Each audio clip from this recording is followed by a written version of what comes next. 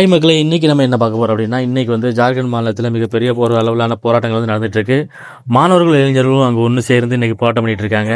என்ன காரணம் அப்படின்னு சொல்லி பார்க்கும்போது, கவர்மெண்ட் எக்ஸாம் நடத்தக்கூடிய ஜார்க்கண்ட் மாநிலத்தில் நடத்தக்கூடிய கவர்மெண்ட் எக்ஸாமில் உள்ள கொஸ்டின் பேப்பர்ஸ் வந்து இன்றைக்கி வந்து லீக் ஆகிருக்கு. அந்த கொஸ்டின் பேப்பர் லீக் ஆகிறதுனால மாணவர்களுடைய இளைஞர்களுடைய எதிர்காலங்கள் வந்து மிகப்பெரிய ஒரு கேள்விக்குள்ளாகி இருக்குது. இத்தகைய போக்கை வந்து கண்டித்து தான் இன்றைக்கி மாணவர்களும் இளைஞர்களும் ஜார்க்கண்ட் மாநிலத்தில் போராட்டம் பண்ணிட்டு இருக்காங்க. அதனுடைய ஒரு பகுதியாக ஜார்க்கண்டுடைய மாநிலத்துடைய தலைமைச் செயலகத்தை நோக்கி மாணவர்கள் இளைஞர்களும் போராட்டத்தில் பேரணி நடத்தும் போது மிகப்பெரிய கலவரங்கள் ஏற்பட்டிருக்கு. காவல்துறையினர் மூலமா மிகப்பெரிய போராட்டங்கள் வந்து இன்னைக்கு நடத்தி காவல்துறை வந்து கலைச்சிருக்காங்க. இத்தகைய சூழல் வந்து இன்னைக்கு வந்து ஜார்க்கண்ட்ல மட்டும் நடக்கும் அப்படின்னு சொல்லலாம் கிடையாது.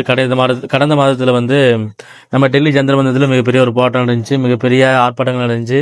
மாணவர்கள் இளைஞர்களும் சேர்ந்து நீட் எக்ஸாமில் கொஸ்டின் பேப்பர் லீக் ஆனதுனால அதை கண்டித்து மத்திய கல்வித்துறை அமைச்சர் வந்து ராஜினாமா பண்ணு சொல்லிட்டு ஒரு ஒற்றை கோரிக்கையை முன் வச்சு மிகப்பெரிய போராட்டம் நடத்துகிறாங்க. அதனுடைய வெற்றியாக மத்திய கல்வித்துறை அமைச்சரும் ராஜினாமா பண்ணாங்க. இந்த மாதிரியான மாணவ போராட்டங்கள் எப்போதுமே நடக்கும்போது அவங்களுடைய நோக்கங்கள் வெற்றி பெறாமல் முடிஞ்சதில்லை. ஜார்க்கண்ட் மாநிலத்தில் நடக்கக்கூடிய போராட்டத்துக்கும் மாணவர்களுக்கு வெற்றிகள் கிடைக்கும்னு சொல்லி தான் நம்ம எதிர்பார்க்குறோம். அதே நேரத்தில் இந்த மாதிரியான பிரச்சனைகள் வந்து இன்னைக்கு நேற்று நடக்க கிடையாது, காலங்காலமாக தொடர்ந்து நடந்துகிட்டே தான் இருக்குது. இந்த மாதிரியான பிரச்சனைகள் மாணவர்களுடைய எதிர்காலங்களை பாதிக்கும், இளைஞர்களுடைய எதிர்காலங்களை பாதிக்கும்.